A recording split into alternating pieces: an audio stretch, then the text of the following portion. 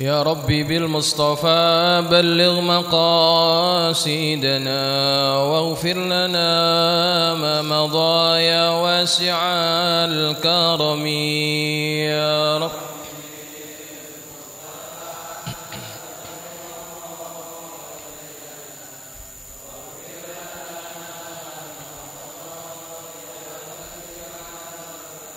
يا ربي هيئ لنا من أمرنا رشدا واجعل معونتك الحسنى لنا مددا يا ربي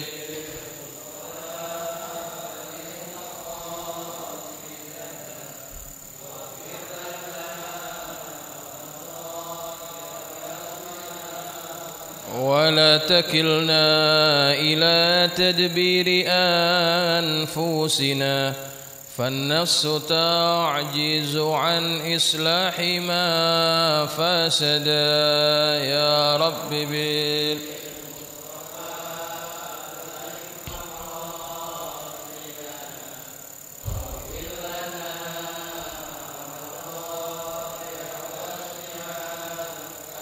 أنت الكريم وقد جهزت يا أملي إلى أيادك وجها سائلا ويدا يا رب بالمصطفى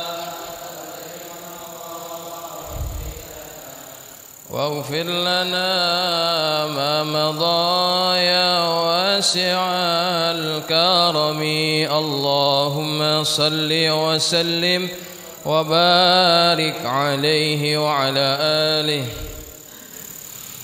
الفاتحة إلى روح سيدنا وحبيبنا محمد بن عبد الله صلى الله عليه وسلم، ثم إلى أرواح آبائه وإخوانه من الأنبياء والمرسلين وآل كل منهم الصحابة أجمعين وتابعين لهم بإحسان إلى يوم الدين، ثم إلى أرواح الأولياء والشهداء والصالحين والعلماء العاملين من مشارق الأرض إلى مغاربها، وإن الله ينفعنا بأسرارهم وأنوارهم وعلومهم ونفحاته في الدين والدنيا والآخرة.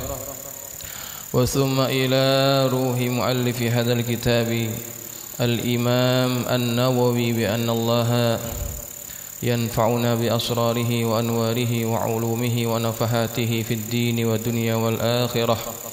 وثم إلى أرواح مشايخنا ومعلمينا الحبيب عبد الرحمن بن أحمد السقاف، وثم إلى أرواح كاجي أحمد الشافعي هذامي، وثم إلى أرواح كاجي حسن الرزقي، وثم إلى أرواح كاجي سيف الدين أمسير، وثم إلى أرواح كاجي أحمد شريف الدين عبد الغني، وثم إلى أرواح كاجي أهل الحبيب علي بن الرحمن السقاف،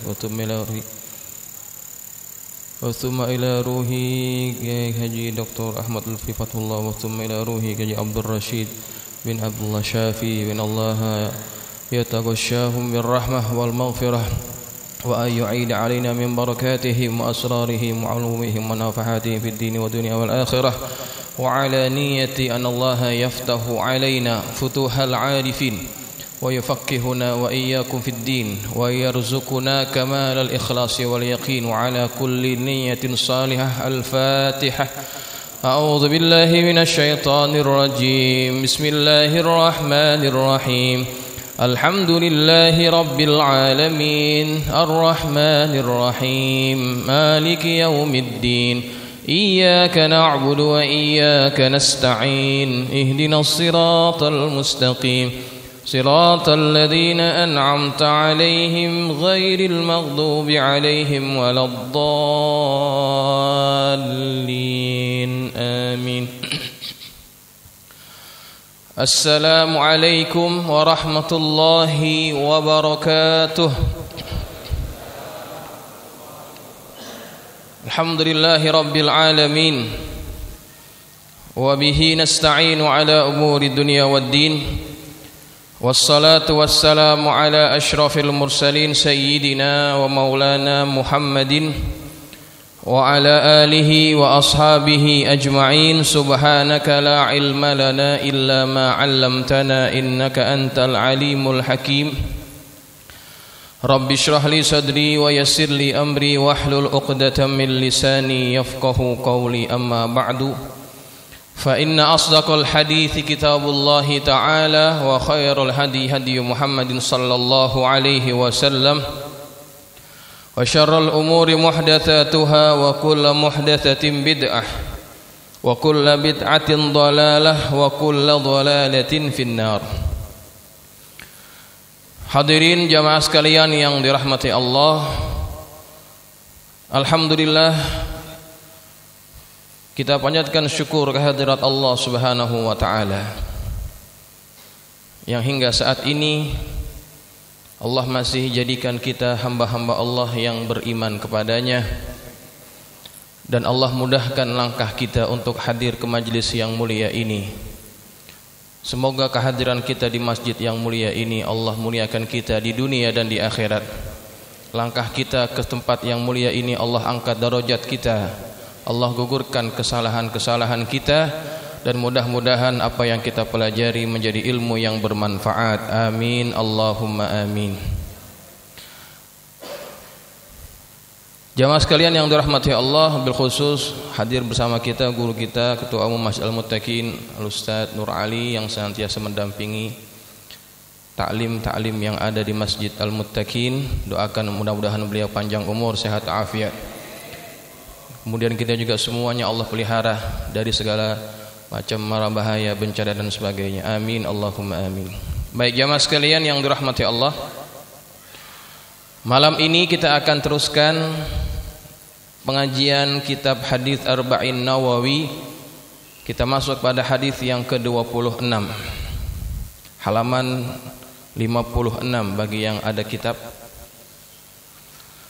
Bismillahirrahmanirrahim. Qala al-musannif rahimahullahu ta'ala wa ghafara lahu wa liwalidayhi wa nafa'ana bi ulumihi fid dharain amin. Qala radhiyallahu ankum an Abi Hurairah radhiyallahu anhu qala qala Rasulullah sallallahu alaihi wasallam kullu sulama minan nasi alaihi sadaqatun kulla yawmin tatlu fihi asy-syamsu ta'dilu baina itsnaini sadaqatun wa tu'inu ar-rajula fi dabbatihi fatahmiluhu 'alaiha aw tarfa'u lahu 'alaiha mata'ahu sadaqatun wal kalimatu at-thayyibatu sadaqatun wa bikulli khutwatin tamshiha ila as-salati sadaqatun wa tumitul adza 'anit tariqi sadaqatun. Rawahul Bukhari wa Muslimun. Dari Abu Hurairah radhiyallahu taala anhu, dia berkata Rasulullah sallallahu alaihi wasallam bersabda, setiap persendian manusia ada sedekahnya. Setiap hari selama matahari masih terbit, engkau mendamaikan dua orang yang bertikai secara adil adalah sedekah. Engkau membantu seseorang pada kendaraannya, yaitu dengan menaikkannya atau mengangkatkan barang bawaannya adalah sedekah. Kalimat thayyibah atau kata-kata yang baik adalah sedekah. Setiap langkah menuju masjid adalah sedekah, dan menyingkirkan gangguan dari jalan adalah sedekah. Hadis riwayat Imam Al-Bukhari dan Imam Muslim. Jamaah sekalian yang dirahmati Allah, hadis yang ke-26 ini masih berkaitan dengan jalan-jalan untuk kita mendapatkan pahala sedekah. Nabi kita Muhammad sallallahu alaihi wasallam memulai hadis ini dengan perkataannya kullu sulama minan nasi alaihi sedekah. Setiap persendian manusia ada sedekahnya. Manusia Allah ciptakan menjadi makhluk yang paling sempurna penciptaannya, dan dalam tubuh kita ini banyak persendian. Berapa total persendian yang ada pada tubuh kita? Ada sebanyak 360 sendi, dan itu merupakan nikmat daripada Allah. Bayangkan hadirin, di jari kita yang satu saja nih, jari telunjuk, Di sini ada berapa sendi? Ada 3 sendi kan? 1, 2, 3. Bayangkan kalau jari ini tidak bisa ditekuk, apakah manusia bisa melaksanakan pekerjaan hariannya? 1 jari tidak bisa ditekuk, susah dia mau melakukan pekerjaan.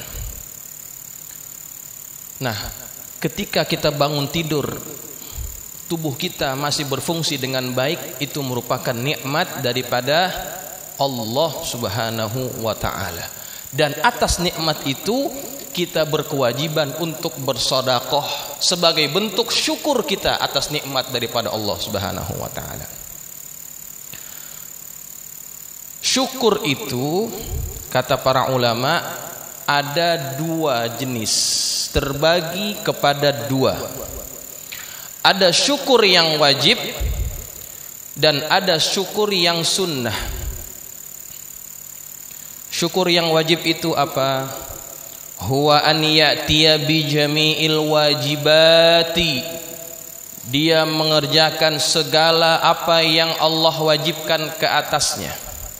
Wa an yatruka jami'al muharramat, dan dia meninggalkan segala apa yang dilarang, apa-apa yang diharamkan oleh Allah. Ini bentuk syukur yang wajib. Jadi syukur itu jangan hanya kita anggap mengucapkan alhamdulillah kita dianggap sudah bersyukur, belum.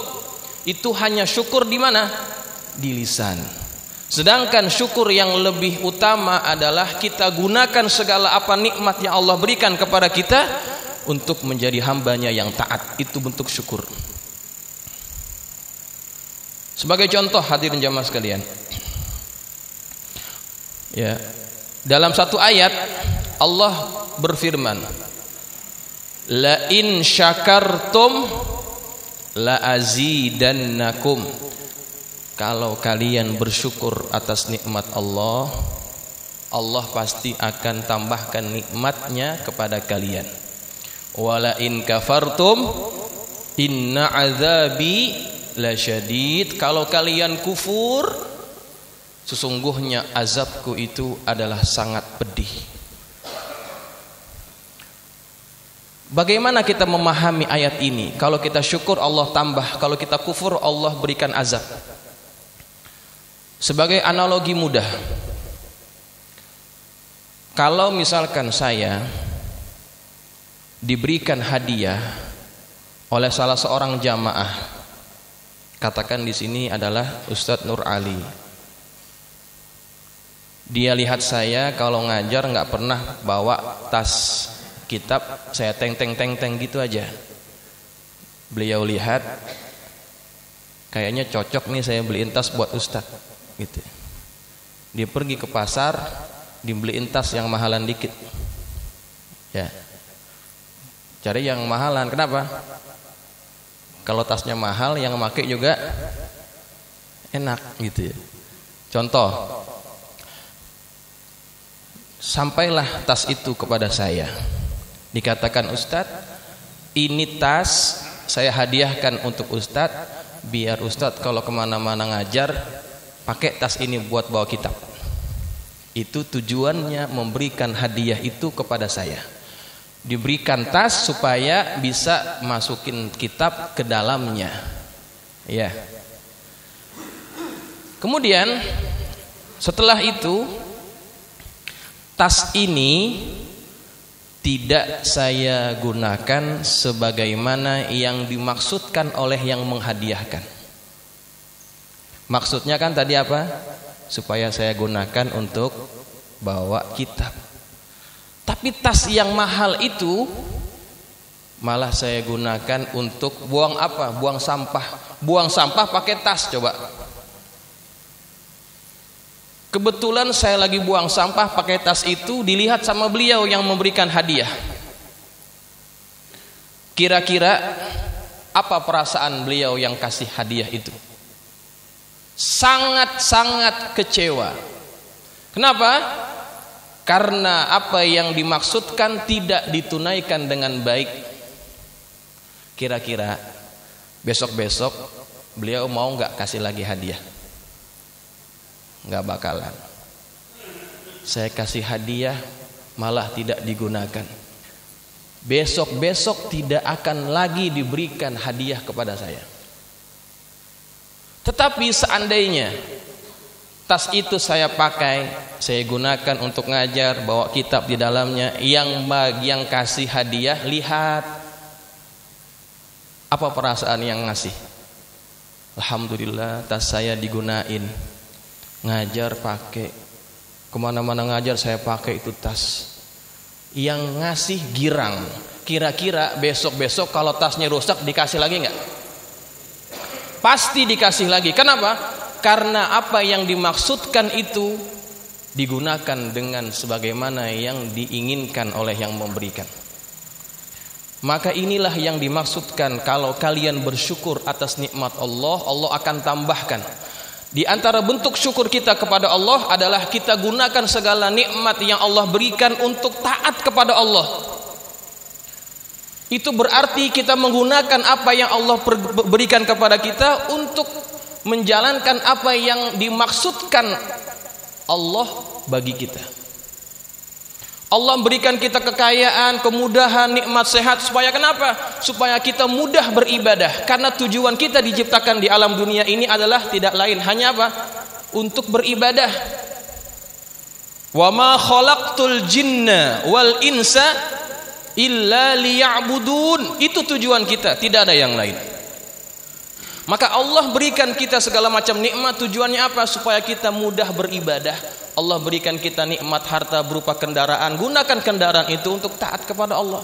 Allah berikan kita harta, gunakan harta itu untuk taat kepada Allah. Allah berikan kita kesehatan, gunakan kesehatan itu untuk taat kepada Allah. Maka itulah bentuk tanda syukur kita atas nikmat yang Allah berikan kepada kita. Kalau kita gunakan itu dengan sebaik-baiknya, sesuai dengan apa yang ditujukan oleh yang memberikan, maka Allah akan memberikan lagi nikmat-nikmat yang lain seperti yang Allah janjikan dalam ayat tadi. La in syakartum la azidannakum. Tetapi kalau nikmat-nikmat itu kita gunakan untuk maksiat kepada Allah, Allah berikan kita mata, kita gunakan mata untuk maksiat. Allah berikan kita kaki, kita gunakan kaki melangkah ke tempat maksiat. Allah berikan kita tangan, tangan kita gunakan untuk melakukan perkara maksiat. Tidak sesuai dengan apa yang Allah maksudkan daripada Allah memberikan itu semuanya.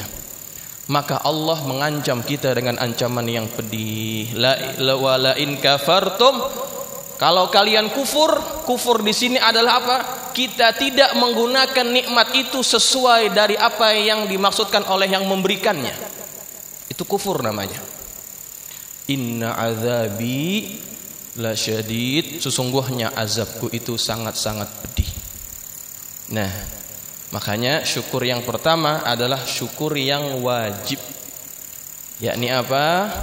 Yakni kita mengerjakan segala apa yang Allah perintahkan dan kita meninggalkan segala apa yang Allah larang terhadap kita. Begitu, ya. Maka pergunakan segala nikmat itu semuanya supaya kita tergolong orang-orang yang bersyukur. Karena kata Allah dalam ayat yang lain, amat-amat sedikit hamba-hamba Allah yang pandai bersyukur. Wa qalilun min ibadiyasy syakur, sangat-sangat sedikit dari kalangan hamba-hambaku, kata Allah, yang pandai bersyukur. Ya, termasuk mudah-mudahan kita orang-orang yang bersyukur itu.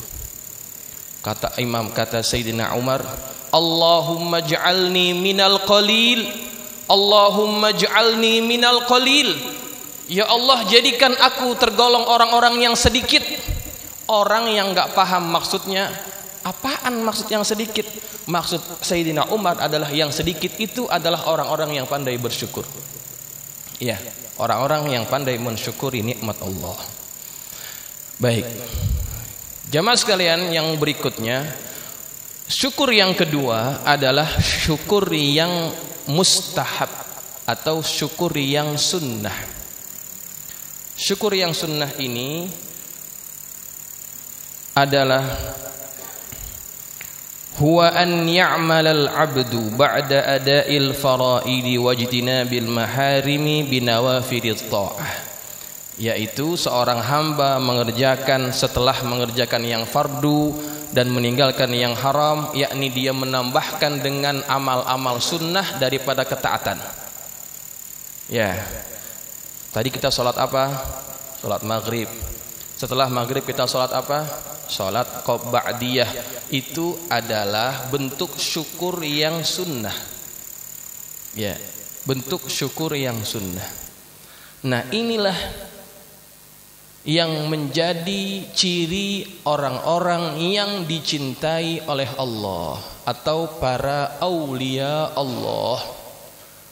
Para wali Allah, mereka itu tidak berpuas hati dengan hanya mengerjakan yang wajib, tetapi mereka menambahkan lagi dengan amalan-amalan yang sunnah. Kenapa? Karena dengan cara mengerjakan yang sunnah itu dia dianggap mendekatkan diri dengan Allah lebih dekat lagi dibandingkan hanya mengerjakan yang fardu-fardu saja. Nabi kita Muhammad sallallahu alaihi wasallam dalam banyak riwayat disebutkan beliau kalau sholat malam sampai kakinya bengkak. Ya, Nabi kalau berdiri pada sholat malam itu menyebabkan kaki-kaki baginda bengkak. Ada salah seorang sahabat yang coba-coba ingin ikut sholat bersama Nabi waktu Nabi sholat malamnya, sholat tahajudnya. Nabi kalau sholat malam rakaatnya nggak terlalu banyak, tidak lebih daripada 11 rakaat termasuk witir. Tapi berdirinya sangat-sangat lama. Maka sahabat ini ngikut di belakang. Rakaat pertama Nabi baca surah Al-Baqarah. Berapa juz itu? Dia baca rakaat pertama surah Al-Baqarah. Dia fikir setelah habis Al-Baqarah ruku, nyambung lagi Ali Imran, nyambung terus. Udah mau habis, dia fikir ruku kali ini. Rupa-rupanya nyambung lagi. Nabi nyambung kepada surah An-Nisa. Setelah itu, setelah salam, sahabat ini tidak ikut lagi sholat bersama Nabi. Besok-besok tidak kelihatan lagi dia sholat jamaah bersama Nabi. Kenapa? Lama. Makanya jangan heran kalau Aisyah kata itu kaki Nabi bengkak kalau lagi sholat malam karena berdirinya begitu lama. Ya, berdirinya begitu lama. Jangan bandingkan dengan kita. Kita kalau sholat tarawih imamnya lama, yang batuk banyak banget. Semuanya batuk. Kenapa? Imamnya lama, besok-besok dia kalau mau sholat tarawih cari masjid yang lain, yang imamnya cepetan dikit. Itu kita. Ya, itu kita tuh. Nah, maka Nabi ketika ditanya oleh Aisyah, lima taf'alu hadza, ya Rasulullah, kenapa engkau lakukan itu? Wa qad ghafarallahu laka ma taqaddama min dzambika wa ma ta'akhkhar. Bukankah Allah telah mengampunkan dosa-dosamu yang terdahulu dan yang kemudian? Apa kata Nabi? Apa kata Nabi? Atas nikmat Allah itu yang Allah telah mengampuni dosa-dosa Nabi yang dulu yang kemudian. Kata Nabi, afala akunu abdan syakura. Bukankah selayaknya aku menjadi hamba Allah yang bersyukur? Ya. Jadi amalan sunnah yang Nabi lakukan sampai kakinya bengkak itu sebagai bentuk tanda syukur baginda atas karunia daripada Allah. Maka itu termasuk yang dikategorikan syukur yang mustahab, syukur yang sunnah. Kalau hamba Allah ada di antara kita daripada hamba Allah yang melakukan ini, amalan-amalan sunnah dia lakonkan, maka dia akan menjadi hamba-hamba Allah yang dicintainya. Kenapa? Dia bukan hanya yang wajib dia kerjakan, tetapi yang sunnah dia kerjakan juga. Maka Allah akan berikan cinta kepada orang tersebut. Ya, orang tersebut akan menjadi hamba-hamba Allah yang dicintainya, atau dikenal dengan istilah walinya Allah. Baik. Nah, jamaah sekalian, dalam hadis ini sebagai bentuk tanda sayangnya Allah kepada kita, sebagai bentuk tanda perhatiannya Allah kepada kita, lemah lembutnya Allah kepada kita, apa-apa yang kita lakukan daripada amal soleh itu dikategorikan sebagai sodakoh. Ya. Tadi kan di awal-awal setiap sendi di antara manusia itu ada sodakohnya. Artinya kalau kita tidak sodakoh terhadap sendi-sendi ini, kita dianggap belum menunaikan kewajiban kita mensyukuri atas nikmat Allah kepada kita. Ya, sendi-sendi itu perlu disodakohkan. Kalau kita tidak sodakohkan itu, berarti kita belum dianggap mensyukuri nikmat yang Allah berikan kepada kita. Maka bagaimana caranya agar kita dikategorikan orang yang mensodakohkan atas nikmat-nikmat yang Allah berikan kepada kita? Di antaranya adalah nikmat persendian yang dapat kita gerakkan. Di antaranya yang Nabi sebutkan dalam hadis ini adalah ta'dilu baina tsnaini shadaqah. Engkau mendamaikan dua orang yang bertikai, dua orang yang berselisih, dua orang yang bermusuhan secara adil adalah shadaqah. Nih, makanya kita jadilah orang yang muslih, orang yang suka mendamaikan pihak-pihak yang bertikai. Jangan menjadi batu api, kata orang Malaysia. Apa itu namanya? Provokator. Ya. Jadilah kita orang-orang yang mendamaikan di antara orang-orang yang bertikai. Innamal mu'minuna ikhwatun fa aslihu baina akhawaikum. Hanya saja manusia, orang yang beriman itu adalah saudara. Orang yang beriman itu semuanya saudara. Fa aslihu baina akhawaikum, maka damaikanlah di antara mereka. Nah, kemudian dalam satu hadis yang lain, ala ukhbirukum bi afdali min darajatis salati was siyami was sadaqah. Maukah kalian aku berikan kabar dengan amalan yang lebih afdal daripada derajat salat, daripada derajat siyam, daripada derajat sedekah, kata Nabi. Maka para sahabat ini berkata, bala, betul ya Rasulullah, ya kami ingin mengetahuinya. Kata Nabi, islahu zatil bain, mendamaikan dua pihak yang bertikai. Ini pahalanya lebih besar ganjarannya daripada yang tadi. Ya. Bahkan dalam urusan kita mendamaikan orang yang berselisih, itu dibenarkan bohong. Ya. Bohong kan hukumnya apa bohong? Dosa ya, haram. Tetapi apabila tujuannya untuk mendamaikan dua orang yang bertikai, maka tidak dianggap dosa. Misalkan si fulan dengan si fulan, si A dengan si B, sudah tidak bertegur sapa 2 tahun. Kemudian kita ingin damaikan dua orang ini. Kemudian kita datangi yang satu, Ji, dapat salam dari si fulan, orang yang dia musuhan itu. Dapat salam dari si fulan. Dia nanya kabar gitu. Padahal ini orang nggak ngomong apa-apa. Ya. Jangankan salam, nanya aja kagak. Nah, ini orang yang diberitahu dapat salam daripada si fulan, hatinya gembira. Wah, jangan-jangan dia mau baikan ini. Kemudian dia datang lagi sama yang satu, "Ji, dapat salam dari si fulan."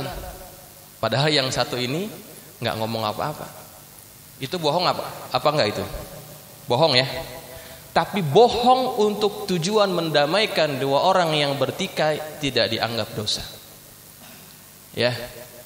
Maka jadilah pribadi-pribadi yang mendamaikan orang-orang yang bertikai.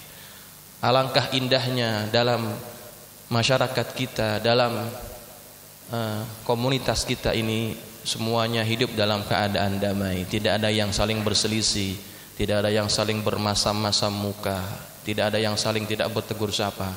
Semuanya hidup dalam kedamaian. Alangkah indahnya itu. Makanya tempat untuk menyatukan hati yang paling baik adalah masjid. Ya. Masjid ini simbol kedamaian, simbol islah. Nih, kita dapat lihat itu dari apa? Dari falsafah sholat berjamaah. Orang yang datang ke masjid ini backgroundnya macam-macam, Pak. Ada orang kaya, orang miskin, semuanya masuk. Yang pendidikannya tinggi, pendidikannya rendah, semua masuk. Sukunya apa, tidak peduli, semuanya masuk. Ketika masuk ke masjid, semuanya tertib, teratur, tidak ada yang saling menonjolkan diri. Kita dapat lihat itu daripada barisan sholat yang dibuat oleh para jamaah. Ada nggak kita lihat kalau orang kaya dirinya depanan dikit? Tidak. Yang kaya di depan, yang miskin di belakang. Tidak. Siapa yang cepat sampai ke depan, dia yang layak.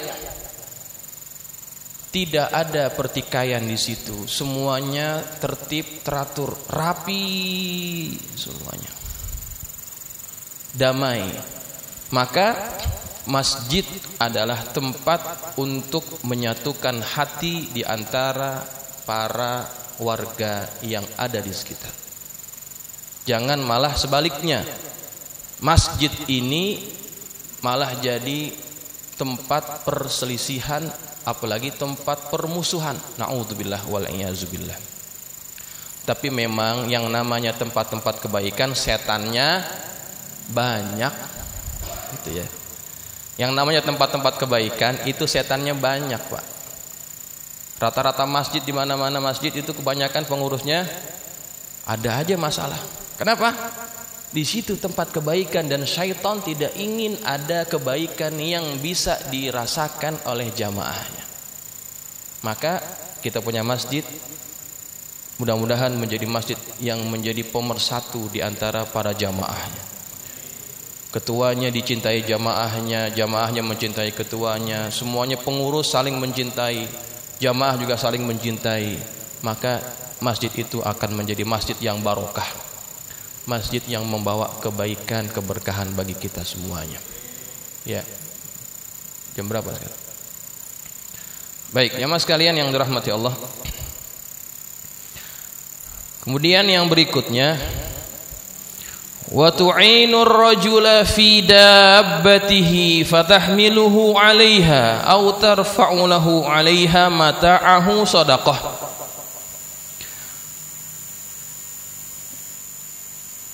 Kata Nabi, engkau membantu seseorang pada kendaraannya, yaitu dengan menaikkannya atau mengangkatkan barang bawaannya adalah sedekah. Nih, kalau kita nggak punya duit, kita bisanya nolongin orang. Lakukan itu atas dasar kita mencari pahala dan ridha Allah, kita dapat pahala sedekah. Nolongin orang, ya. Dalam konteks hadis ini, naikin barang ke kendaraan, ya. Zaman sekarang kendaraannya sudah berbeda dengan zaman Nabi. maka apa saja yang dianggap itu sebagai pertolongan kepada makhluk Allah yang lain itu dianggap perbuatan yang mendatangkan pahala sedekah. Mudah, ya. Mudah dapat pahala. Kemudian wal kalimatut thayyibatu sedekah, dan kalimat-kalimat yang baik itu juga adalah sedekah. Kalimat-kalimat yang baik ini banyak, ya. Tashmitul atish, kita mendoakan orang yang bersin, itu juga kalimat thayyibah. Kita diajar oleh Nabi, Pak, kalau ada orang bersin kita disuruh doakan dia. Apa doanya? Yarhamukallah, ya. Yang bersin dia ngucap alhamdulillah, ya. Hashim, alhamdulillah. Yang dengar doain yarhamukallah, semoga Allah merahmatimu. Ini sunnah yang sudah ditinggalkan. Betul atau tidak? Jarang kita lihat orang kalau dengar orang bersin dia doain saudaranya. Padahal ini merupakan sedekah kalau kita lakukan. Dan jangan remehkan amalan yang kecil ini. Bisa jadi yang kecil ini disinilah letaknya ridha Allah. Dalam satu riwayat, Al-Imam Abu Dawud rahimahullahu ta'ala, beliau naik perahu ingin menyeberang sungai. Kemudian ketika dia di atas perahu itu, dia bersama beberapa penumpang, ya. Kalau kita bilang ini perahu apa namanya nih? Perahu getek, ya, yang digunakan untuk menyeberang. Nah, ketika Imam Abu Daud sudah berada di atas perahu, perahunya itu sudah meninggalkan tempat yang asal. Tidak berapa jauh dia dengar ada orang bersin di tempat yang tadi dia bertolak, ya. Ada orang bersin. Perahu sudah jalan. Kemudian Imam Abu Daud berkata kepada si pemilik perahu, tolong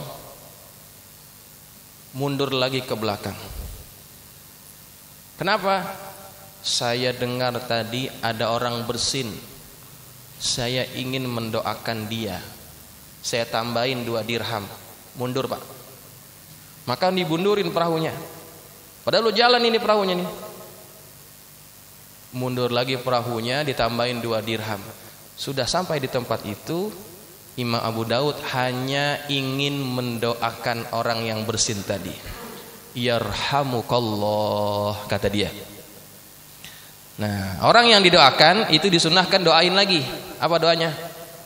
Yahdikallah wa yuslihu balak, atau yahdikumullah wa yuslihu balakum. Begitu. Maka pada hari itu masing-masing kembali kepada kegiatan hariannya. Malam harinya orang yang bersama Imam Abu Dawud di atas perahu tadi bermimpi. Ada suara yang menyeru kepadanya, Abu Dawud sudah membeli surga dengan harga 2 dirham. Abu Dawud sudah membeli surga dengan harga 2 dirham. 2 dirham yang mana itu? 2 dirham yang dia tambahkan kepada si pemilik perahu hanya untuk membawa dia kembali ke tempat asal, untuk mendoakan orang yang bersin. Amalannya ringan, tetapi di situ ada ridha Allah. Allah ridha dengan perbuatan itu, maka Allah berikan surga. Makanya Allah sembunyikan keridhoannya daripada ketaatan-ketaatan kita. Kenapa? Supaya kita jangan remehkan amal-amal yang kecil di pandangan kita. Malahan yang kecil ini yang lebih banyak aman daripada penyakit-penyakit yang dapat merosakkan amal. Yang gede-gede itu, amal-amal yang banyak, yang besar, itu kadang-kadang mudah dihancurkan oleh apa? Oleh penyakit-penyakit riya, penyakit ujub, penyakit ingin dipuji-puji orang. Ini ya. Makanya jangan remehkan sunnah-sunnah yang seperti ini. Tashmitul atis, kita doakan orang yang bersin, itu termasuk kalimat thayyibah.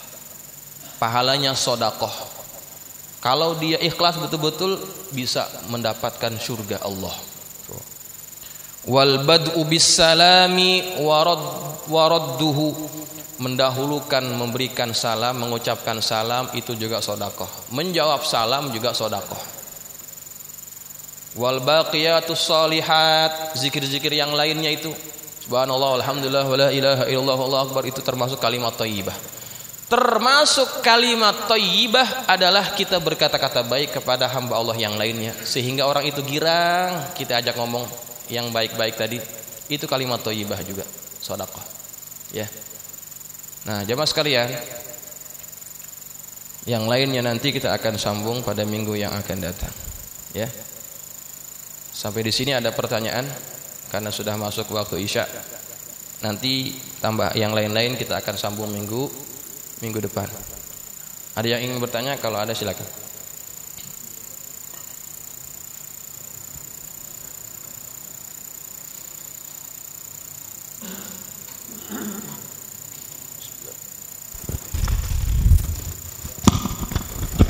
Saya beri pertanyaannya.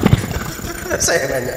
Assalamualaikum warahmatullahi wabarakatuh. Saya nanya, cara mengingatkan saudara kita yang sibuk dengan amalan-amalan sunnah, tapi dia meninggalkan yang fardu, yang wajib. Itu cara mengingatkannya gimana? Cara mengingatkan? Iya. Gini. Baik. Ada pepatah orang-orang tua dulu ya. Jangan jadi orang yang jadi seperti ini. Cari jarum, kampak, hilang, gitu ya. Cari jarum, kampak, hilang. Jarum kan kecil, ya fungsinya nggak banyak. Kampak itu lebih besar. Jangan hanya kita sibuk cari yang kecil sampai kita kehilangan yang besar. Amalan sunnah itu adalah amalan tambahan.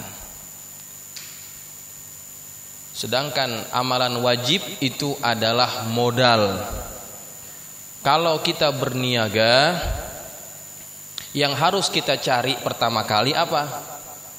Balik modal. Itu yang harus pertama kali kita cari. Balik modal itu dulu. Jangan ngarep kita dapat untung kalau modalnya saja belum balik. Kalau orang sibuk dengan amalan sunnah, sedangkan dia abaikan yang wajib, yang sunnah nggak ada pahalanya. Kenapa? Itu analoginya tadi. Bagaimana mungkin dapat untung kalau modalnya aja belum ketutup? Gitu ya. Kalau orang tidak melakukan yang wajib, bukan hanya dia tidak dapat pahala, tetapi dosa yang dia lakukan. Kalau orang tidak melakukan yang sunnah, dosa atau tidak dia? Tidak dosa. Tapi kalau dia tinggalkan yang wajib, bukan hanya pahala yang hilang, tetapi dosanya juga pasti akan bertambah. Begitu. Maka bagi tahu kepada dia, ya, sunnah ini sangat berkaitan dengan yang wajib. Kalau yang wajib tidak ditunaikan, maka jangan harap yang sunnah dapat pahala.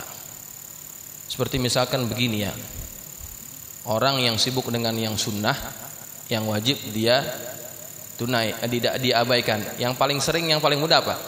Orang sedekah banyak tapi utangnya juga banyak. Utang itu kan wajib atau tidak? Wajib dibayarkan. Nabi tidak mau sholatkan orang kalau dia masih ada utang. Nabi nggak mau sholatin orang kalau masih ada utang. Pernah ada satu orang sahabat, sebelum Nabi sholatkan jenazahnya, Nabi tanya, orang ini ada utang nggak? Ada ya Rasulullah. Saya tidak mau sholatkan.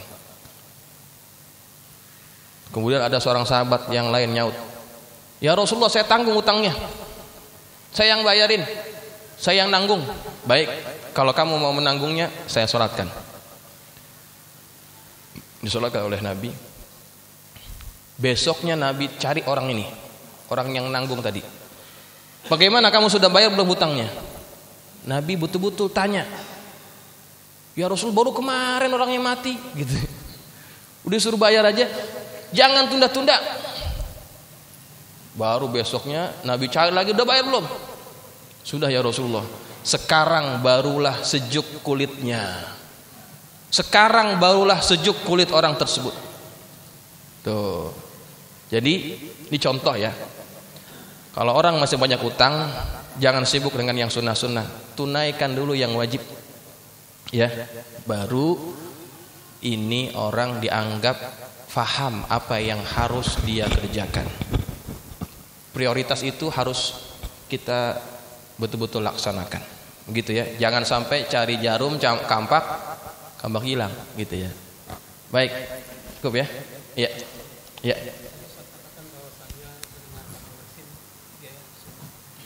Ya. Tapi kebalikan zaman sekarang ada orang bersin bahkan mendoakan bahkan pegang mikir. Nah ini, ya akhir zaman ini sikap orang itu berbeda sudah dengan orang terdahulu, ya. Apalagi sekarang zamannya zaman corona. Orang dulu kalau bersin mereka doakan yang bersin. Kalau sekarang orang bersin minggir. Ya, minggir. Apalagi itu orang nggak pakai masker. Waduh, bersin lagi nih, gitu ya. Minggir. Ya minggir sih nggak apa-apa, minggir juga. Tapi doain juga, gitu ya. Jangan sampai kita meninggalkan amalan sunnah ini, ya. Ya zaman corona ini semua serba takut Pak. Jangankan bersin, batuk-batuk aja kita takut Pak. Sebelah kita batuk-batuk, kita minggir dikit-dikit tuh, minggir, takut, ya. Namanya ini zaman fitnah ya. Nah zaman akhir begitu dah sudah. Tetapi jangan sampai tinggalkan sunnah, ya. Apalagi perbuatan itu kalau kita lihat bisa menyinggung perasaan orang, sebaiknya jangan melakukan. Ya, orang itu bersin, kita minggir, perasaannya bagaimana tuh kira-kira? Perasaannya dia akan terasa, ya, dia akan rasa kecewa, ya. Dia dianggap seolah-olah dia orang penyakitan ini kali ini. Nah, makanya jangan begitu. Tetap kita lakukan amalan sunnah yang Nabi ajarkan, karena yang namanya bersin itu adalah nikmat daripada Allah. Makanya orang yang bersin disuruh sebut apa?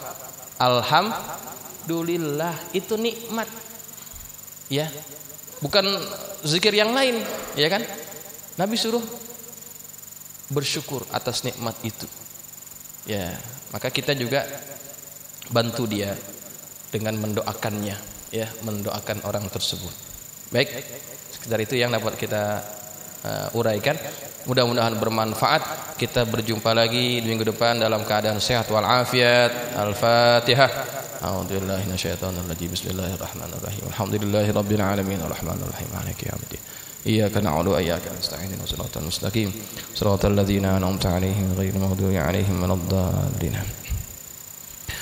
Bismillahirrahmanirrahim. Alhamdulillahirabbil alamin wassalatu wassalamu ala asyrafil mursalin sayyidina maulana Muhammadin wa ala alihi wa ashabihi ajma'in.